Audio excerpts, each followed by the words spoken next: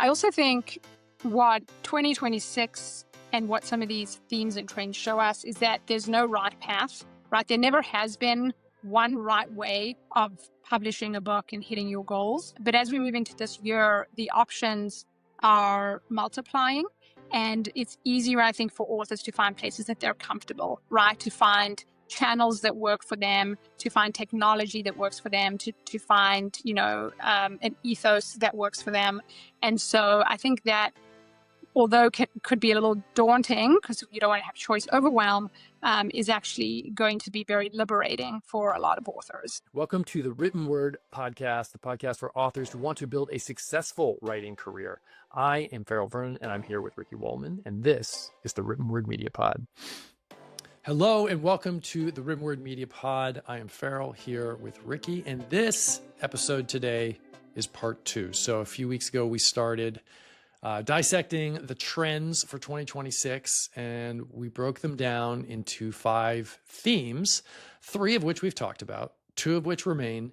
And so this part 2 is the exciting conclusion of the trends pod that we started. And also the blog post is now out. So all the data we've actually compiled and written about, which is also super exciting. But we're here to talk about the final 2 themes. And Ricky, I don't know if you have anything else you want to add about the world of future-looking trends that we've been discussing before we jump into it. No, I'm excited to do it. As you said, the blog post is out, and we're recording this after the blog dropped. So we're already getting comments and feedback from authors, and a lot of the trends are resonating. So that's always good to hear. And yeah, I'm excited to actually talk about the last 2 themes that we didn't cover last week. As a reminder, the themes that we did cover last week were trust, experience, and AI. And we had some cool conversation around those different themes and what the trends are that fit under it. And today we will go to theme 4 and 5. So drum roll, please, Ferol, if you want to jump in and tell us what was theme number 4. What's behind door number 4? Yeah. So the 4th theme was discovery. And so, as a reminder for anybody that didn't check out part 1, we both did a lot of thinking and a lot of reading and a lot of talking to other smart folks in the industry to come up with these. And I think, the first item under this theme of discovery was really this concept of channels, right? And this has always been the case where there's channels for readers discovering books. And before, the algorithms really drove a lot of this, right? So the algorithms drove a lot of book discovery. And what we're seeing now, what we are sort of predicting to take off more in 26 is these channels becoming even more and more important. And when we say channels, really what we mean is the trusted curator, the newsletter that you're paying attention to, the brand that you're paying attention to. So instead of sort of relying on this algorithmic feed, I'll sit back, you tell me what I want, you're more picky and choosy about who are the curators who are giving you content that you want, who are the channels, the newsletters you're paying attention to. And we think that this theme is really going to take off in 2026. Word of mouth has always been the top way that people discover books. So for the entire time that we have been in the industry, and if you look back at all the studies and surveys that have been done for the past couple decades, the number one way that people discover books are word of mouth. Bestseller lists used to be really important for people, but algorithms kind of replaced bestseller lists. But a lot of the channels we're talking about now kind of piggyback on that word of mouth, looking at these influencers and curators. So it's your librarian, it's your indie bookstore, it's the person whose pod or newsletter that you're getting, even if they're not related to books. I know a lot of people that I listen to, whether it be nonfiction or business, are sometimes including in their email, hey, and this is what I'm reading at the moment, right. Or talking about it in their pod. BookTok obviously has been huge, and I think the rise of the influencer will continue in 2026. And then, so I think the celebrity book clubs and celebrity influencers will also continue to grow in popularity. If you look at Reese Witherspoon, and she has Reese's book club and Reese's picks, she is starting to influence the bestseller lists in a way that Oprah used to do in the past. Jenna's book club is really big. And then I think a really cool trend that we started to see in 25 that will continue into 26 is that actual physical bookstores and booksellers are starting to become curators and channels where they are influencing what's being sold. So in most indie bookstores, and now Barnes & Noble is starting to do it as well, you'll walk in and there'll be a table of staff recommendations, and the sales of the staff recommendations tend to outsell, other books that are not on that table by multiples, and even can land them on the bestseller list. And I think this is really heartening for indie authors, because that's a channel you actually have access to. You can go to your local bookstores, your indie bookstores in your city or your town, and go, speak to the indie bookseller there, and maybe give out some free copies of your books to the staff, and see if you can get that listed as a staff pick or recommendation for any given month. Yeah, and I think it's those little notes, right, from the indie bookstore. It's like one of my favorite ways is there's a bookstore that we love in Western North Carolina that we go to, and it's got those little notes, and that's basically what I read. And I read a lot of indie fiction that I find, through our newsletters and stuff. But when I read something that's not indie, is from a bookstore, it's often because of those little things. And I think that, in a world where there's a lot more stuff coming at you through AI, through, changes in algorithms, those little trusted sources are going to become even more important, sort of pockets of trust in a world that's losing it fast. And that's something that we saw time and time again through, talking to folks in the industry, and just starting to read things that, like, hey, not only are these curators, but all these curation mechanisms, the little notes, the newsletters, those things are becoming even more important. Absolutely. And I think the final point here is also that authors are becoming curators. So a lot of authors, when they're building their email lists, they're becoming somebody that their audience looks to for their own books, but also for what other kind of books that they're reading. And so I know that many authors have had a lot of success by recommending their other author friends' books and vice versa, especially if they have an overlapping audience. So if you are both romance writers, or you're both mystery authors, that can work really well. And so I think there are some really low bar entry ways that authors can actually take advantage of this trend this year, by going to your indie bookstores, talking to your librarians, and then finding other authors who write the same as you, and starting to recommend each other's books in your emails. Yeah, I think that's great, because something that we've always seen is like authors being influencers of each other. And, one thing we know from talking to readers is that one of the number one ways they discover new books is by finding books from an author that they like, right? So if I read book one, I want to read book two, or, hey, I finished that series, I want to read, what else do they have, right? And, a close second to that is like, well, what does that author think is great? If I've read everything that they've written, what are they reading? And so I think authors starting to flex that muscle, and helping each other out is going to be a really powerful theme in the year to come. Yeah, I completely agree with that. I love Anne Patchett. She's like one of my favorite authors, and I've read everything that she has, and she doesn't actually publish very often. But she does support, or champion other authors. So this year I read Buckeye, which was a book I probably would never have picked up, but because Anne had recommended it, I was like, okay, I'm going to give this a shot, and I really did enjoy it. So I do think authors recommending other authors is going to be a big trend. And yeah, I'm looking forward to seeing R&D authors take more advantage of that. Yeah. And so, we talked a lot about discovery in terms of curators, of channels, like ways to discover. But I think, one of the other things that we're starting to see is that the sort of multi-pronged approach is becoming a lot more common and almost critical, right? And this is something that we've always kind of known worked. This is the concept of stacking promotions, which you can do at written word media, but also coordinating all of your marketing efforts around, one thing. And there used to be kind of like the single tactic that could work. And while that still does work, it works less. And what we're seeing work more effectively, and when we talk to folks, they're saying the same thing, is that you want to publish your book in a lot of different places, and you want to promote it in a lot of different places. And that seems to be getting readers' attention and sort of giving them that trust factor, right? When I see something in a few different places, I'm like, oh, that book must be important.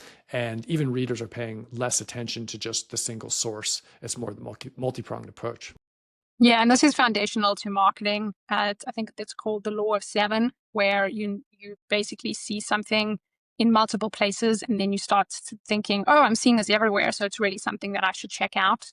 And it does take a little bit more effort and a little bit more budget. So historically, if you can find one tactic that works, which has for indies been available, promos and sometimes ads have worked really well for that, then that's great and keep doing that. But if you're finding that that single tactic doesn't work as well, start to think about the law of seven and where are the other places that you can put your book for visibility. How can you stack your marketing efforts? So you're running newsletter promos, you may be running some ads, you're sending out an email to your mailing list, you're doing a swap with another author, you've got it in an indie bookstore.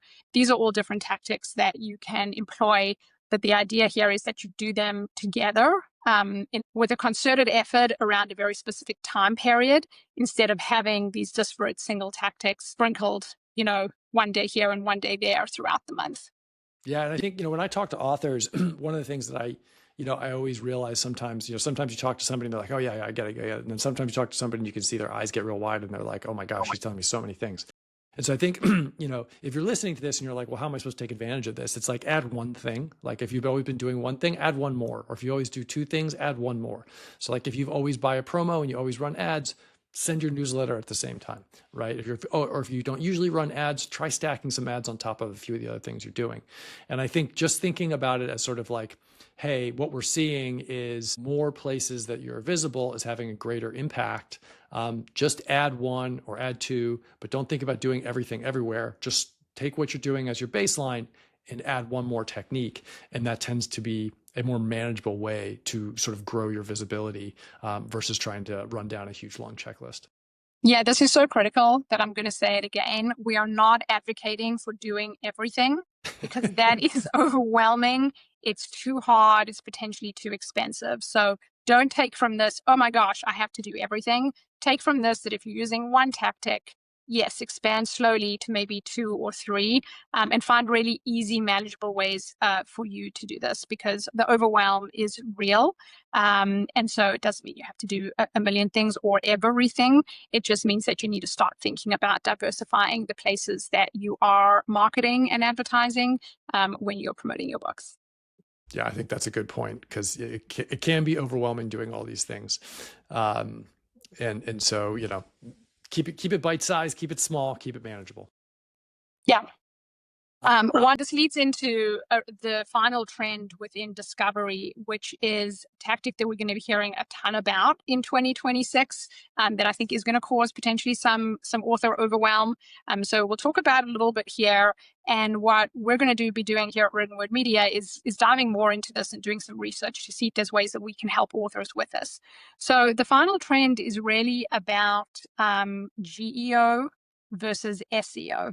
So SEO, which is search engine optimization, that's just a fancy word for saying, how did you put content out there that could be discovered by Google and the search engines?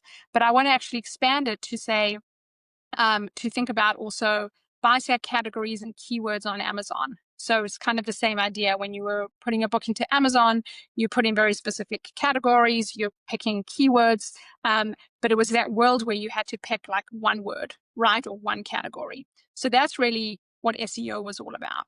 GEO is just a fancy new word for SEO. It's called generative engine optimization. And it's how you optimize for AI engines to find your content. And there's a really cool upside to this, which is that AI is always smarter, and GEO therefore can be much broader. So instead of focusing on a single keyword, you can now actually put a ton more metadata into your book descriptions on your website. Eventually, we think this is going to come to the retailers as well. So it can actually make discovery easier for readers, because instead of saying, oh, I am in the steamy romance category, you can actually say something like, this is a enemies to lovers set in a small town steamy romance, right? So there's a lot more data that you can put in there with the rise of GEO. Yeah, and I was thinking about this. The way authors can take advantage of this is the AI engines like to answer questions, right? So you ask it a question and it answers questions, whereas in search engine optimization, you would ask the question and then you'd have to hunt for the answer, right? So it's kind of flipped around. And so I think about this a little bit like Jeopardy, right? So it's like when you're writing your book description, it's like, what's the question that this is the answer to, right? And so when you say, oh, it's an enemy of lovers, like say, you can say things like, oh, it's set in Chicago, right? Or it's set in a small town here, or it's urban or whatever. But you can just write the story of what the book is about, knowing that like that's going to answer the question, I want a book that is XYZ, right? And I think that should be really freeing for authors, because instead of having to do, the marketing copy, SEO stuff that you used to have to do, which was, candidly kind of boring and keyword stuffing and trying to hit these notes. Now you can actually just use your normal talent, which is storytelling, to write what the book is about. AI actually does a pretty good job of matching that when somebody asks a question. But you do need to write your descriptions more like the answers to a question and less like a sales pitch for a shiny new product. Yeah, I think that's right. The other thing to note here is we're really, really early. So no one knows exactly how this is going to work. Ricardo over at Ricci has been doing some experimentation to try and figure this out. So I would definitely go and check out some of the articles he's written about it. And then I know like Joanna over at the Creative Pen is very interested in this as well. But we're early days. So don't listen to us and think, oh my gosh, I need to go and like rewrite all my stuff. It's just once we start figuring out exactly how this works as an industry, likely by the middle to the end of this year, a lot of authors will be changing the way they think about keywords. But the fact that you have book descriptions, the fact that you have these, full-length novels, and we, as a community are writers and have all this content is actually, I think, going to be a competitive advantage in this world of GEO. It's a total win for everybody, I think. So I'm excited about this. I think we'll get a lot of interesting new ways to talk about books, and I think it's going to be great. It also just brings so much nuance to the reader experience, right? As a reader now as well, you get to ask these questions and say, hey, I'm in the mood for a book that is set in this location, that has these types of themes, and, XYZ. And eventually the AIs will be able to feed that back to you and say, hey, these are the books that actually fit your criteria. It does not do it well now. I've been playing with this myself, and it's still really bad. So this is a trends predictions episode, not a look back episode. So this is not good yet, but I do think it's going to be exponentially better by the time we're sitting here in January of 2027. Yeah, and you can already see like it's not good yet, but it's going to get good because the big, large companies are focused on it. And you can already see, when you Google something, there's a little AI snippet at the top of the page now, right? So even if people are doing the exact same thing they used to do, these little AI things are going to matter. And we as sort of marketers and writers, have to react to it. But I think it's going to be a really exciting change. And I think it's going to be actually very positive for the industry moving forward. Yeah, and Shopify has signed an agreement with OpenAI, who runs ChatGPT, and so they're planning to do some kind of integrated e-commerce within ChatGPT. And so anytime there's money at stake, that the platforms are going to get really good at this really quickly, right? Because they want to get the highest conversion as possible. So once those integrations and this AI shopping experience or conversational e-commerce starts to come into play, there will be a lot more iteration and I think improvement on this, which is great for authors because it'll help, consumers who are on ChatGPT or some of the others actually find your books and potentially find your books on your Shopify store. So it will also help with direct sales as well.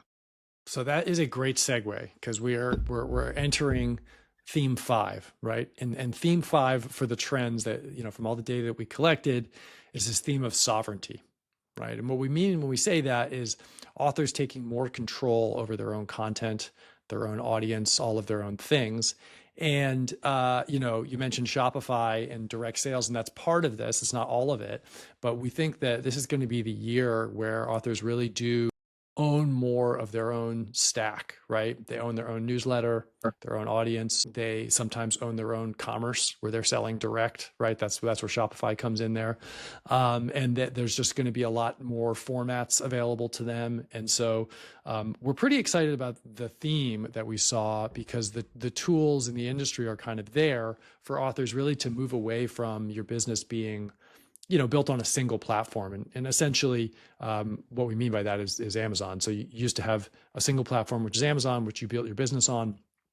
And if that didn't work, if the algorithms broke, your business broke, right? And then the only alternative was to quote unquote go wide, where you're on other retailers, which essentially had the same dynamic, but just less traffic and slightly better terms. And what we think is going to happen in the future is authors are going to be able to take a lot more control instead of just having to pick between, retailer A or group of retailers B.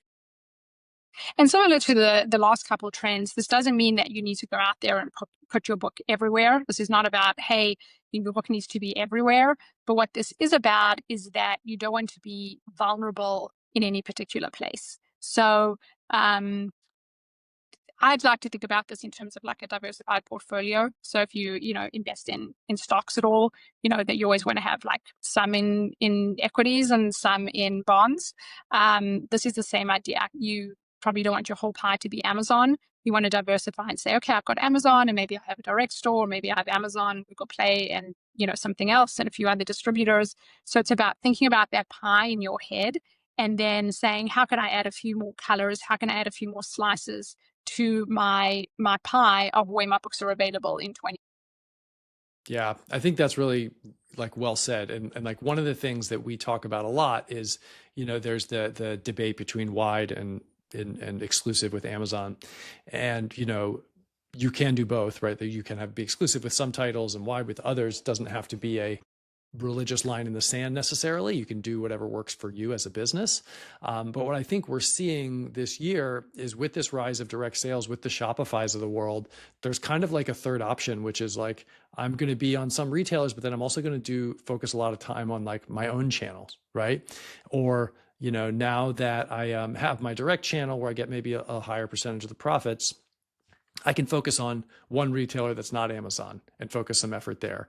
And I think that, what's going to happen is authors are going to feel empowered to be able to do that because the tools are there. And I think it's exciting. And it's also going to, I think, really, we'll see what happens as that continues to grow. But authors are becoming their own little mini e-commerce stores, their own little e-commerce engines. And that's an exciting place to be. Yeah, and I think sovereignty doesn't mean that you have to control everything. Sovereignty just means that you rule your kingdom and that you have the power to make changes and you have the power of choice. And going back to my diversification, stock analogy, if something's been working for you, don't sell that stock, right? So like most people are invested in the S&P 500 and that has done really well for the past 3 years. And so that might be Amazon for you. You might be on Amazon and you might be exclusive and that's your S&P 500 and it's, giving you great returns. Like don't sell that stock, but just diversify your portfolio and say, okay, maybe I want to add, another stock here. Maybe I want to try this in addition. But I do think sovereignty is really about owning it, controlling it, and not being beholden to any platform. And the dynamics in the industry are actually making that possible, probably for the first time since we moved into this whole world of indie publishing that really Amazon made possible. Yeah, and I think what's cool is you'll see authors finding focus in new areas. A lot, when people were exclusive with Amazon when they were in KU, that was sort of like, oh, that's your choice. You're exclusive to Amazon. But the side benefit that we didn't often talk about was like you were focused. You only had one channel that you were focused on, and that made things easier.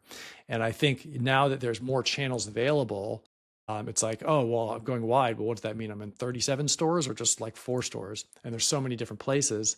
And I think what you'll start to see is authors focusing on kind of whatever, kind of like you were saying, whatever channel works for them. Right. And I think we haven't often seen that in this industry. We've kind of seen focus on everything or one thing, and that one thing has always been Amazon. And I think now what you'll see is sometimes there'll be an author who'll say, hey, I'm actually going to focus just on like my Apple sales, right? And I'm not actually going to worry about like Kobo and Google and some of the other stores, or I'm going to focus really on my direct store. And yeah, my stuff's available on the retailers, but this is my new focus. And I'm going to kind of get really good at that. And so you'll start to see authors that have specialization on certain retailers, on direct, or certain ways of doing direct. And I think that'll be really cool because you'll start to have authors with different expertise in different areas. I think that's going to be good for everybody. Yeah. If I was picking stocks though, I would bet on direct sales as the channel that most authors land up diversifying into and betting on in 2026. I think the environment is ripe for the growth there to really start to surge in a way that hasn't been possible before. And this links back to discovery, right? Discovery is always the issue. But if this conversational e-commerce can get really good, where you have your GEO, a reader comes in and says, hey, I want this book, and then ChatGPT is actually sending you to Shopify instead of Amazon, I do think it unlocks a ton of potential. So I would be bullish on the stock of of going direct as one of the channels that really sees a lot of growth in this year.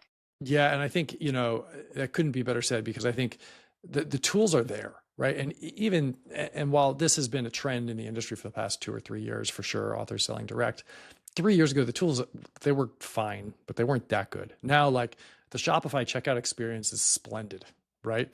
And, it used to be somebody would email you a PDF or an EPUB, and you have to kind of figure out how to jimmy that into some tool. And like, nobody wants it. And now you can like tap something and you can read on your phone and you can read on your iPad. It's like the experiences and the tools are there. The screens are ubiquitous.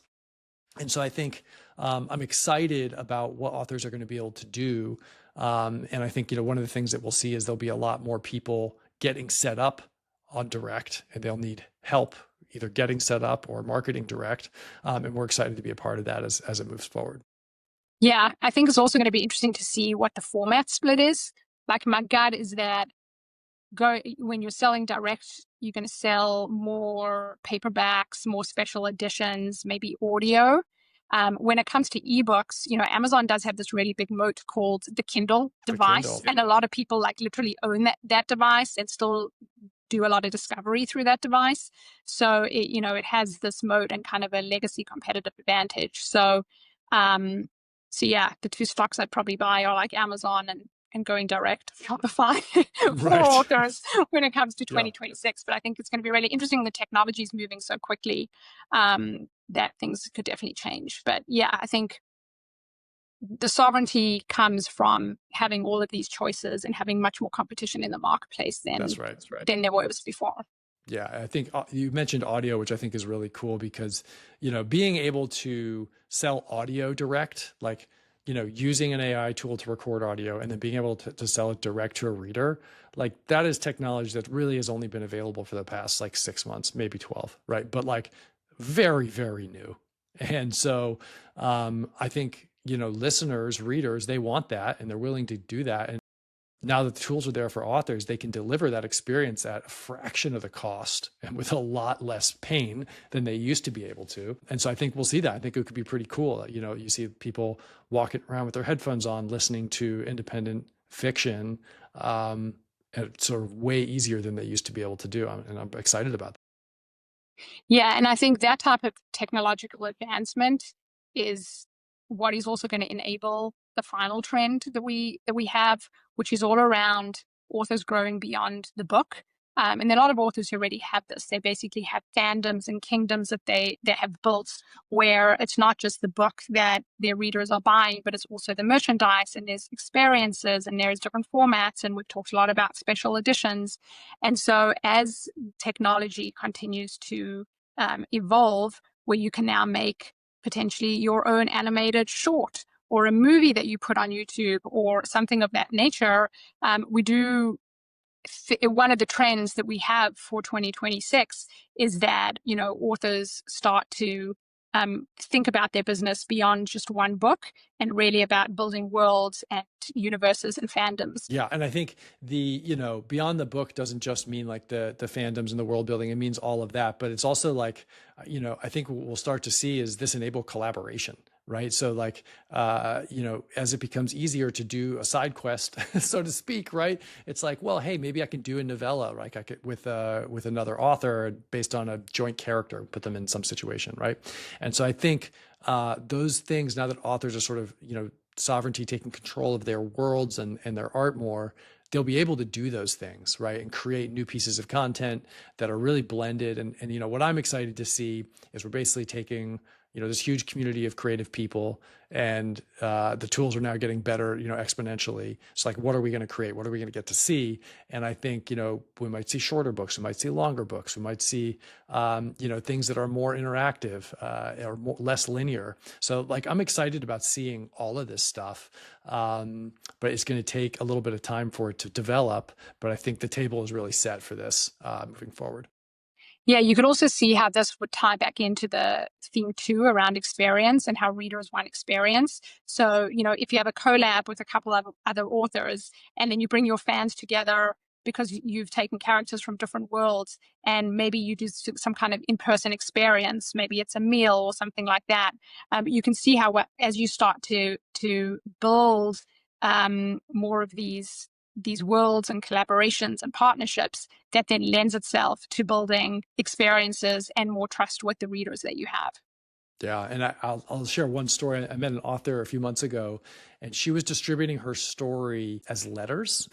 So she sold direct, and she sold a book, and it was like a murder mystery, but like she sent you a letter every week. And I know she's not the only person to do this. I know there's other people that do this, but it was like a really cool idea, like a really cool format that I thought that I hadn't really considered before, where like you're getting, a whole book over like, I think 12 weeks or something. I don't remember the time frame, but the story is trickling out, and it's coming in sort of a very old school way. Like you're getting a letter in the mail, right? Like neat. Like nobody gets good mail anymore. And so I think, yeah, exactly, right? So I think you'll start to see that, new formats, new ways of delivering this story that maybe we hadn't quite considered before, or that at least tweaks on a theme we have seen before. And I think that's exciting. Yeah, no, it really is exciting. And this whole year, I think, is going to be exciting. I think taking a step back and thinking about all the things we've talked about in this episode and in the first one, is that there's a lot of change happening in the industry, but on balance, I think most of that change is going to be really positive for authors and actually really positive for readers as well. This trend of democratization of publishing and connection and discovery is just going to accelerate, I think, as we move into 2026. Yeah, I think, we're obviously very optimistic about things, in case you can't tell. We're positive pretty much to a fault. And I think, but, I really do see all of these things coming together for this to be, an exceptional year for authors. I know that, sometimes I talk to authors and they're positive, sometimes they're beat down. It's a hard thing, creating your work and putting it out there. And, one minute you're over the moon, the next minute you get one bad review and it's just, and your day's ruined. But I think there's a lot of reasons for optimism in the year ahead. And I think we're going to see sort of a real explosion of creativity. And I'm really looking forward to, working with our customers on it.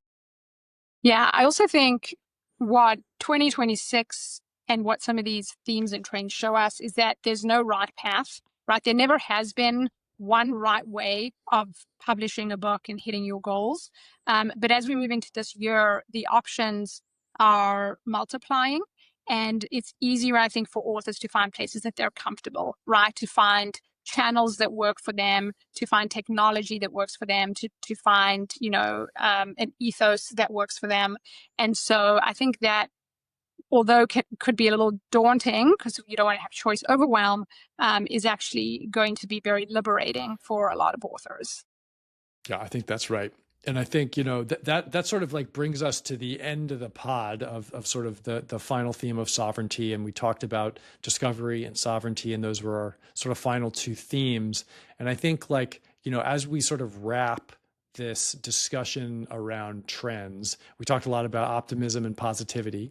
But I think, all of these themes that we've talked about, I think you mentioned this, Ricci, is we're predicting what we think is going to happen. We're looking at the threads that we pulled and talking to people, but, everybody's going to have to discover their own path. Right. And we're going to continue learning together with this community. And even though some things are harder and some things are easier, we're all going to like be able to move forward together. Yeah, we might be wrong. There's some of these things that we might be wrong about. I was trying to say the same thing, but maybe we, this is our best guess, right? As any prediction post or trend post is. I think there are a few that we feel highly confident on because it's a continuation or an acceleration of a trend. And then there are a couple more that are, it looks like this is the way things are going to go, but things can always, slow down or do a U-turn. But it's fun. It's fun to think about these things. It's fun to dream about what the future is going to be. As Ferol said, we are optimistic. We're entrepreneurs. So, the baseline is optimism. And all of you out there, authors, you're entrepreneurs too. So seeing the fun and the opportunity and the possibility in the predictions is always one of my favorite ways to start the new year. What a great way to wrap the show. So thank you all for listening. Check out the trends post that's got everything that Ricci and I have talked about in a lot of detail. Please send us a comment, shoot us an email. Let us know what you think of these trends, what you're seeing out there. We love hearing from authors of all kinds. So let us know. And for both Ricci and I, that's the pod. And thank you very much. See you next time.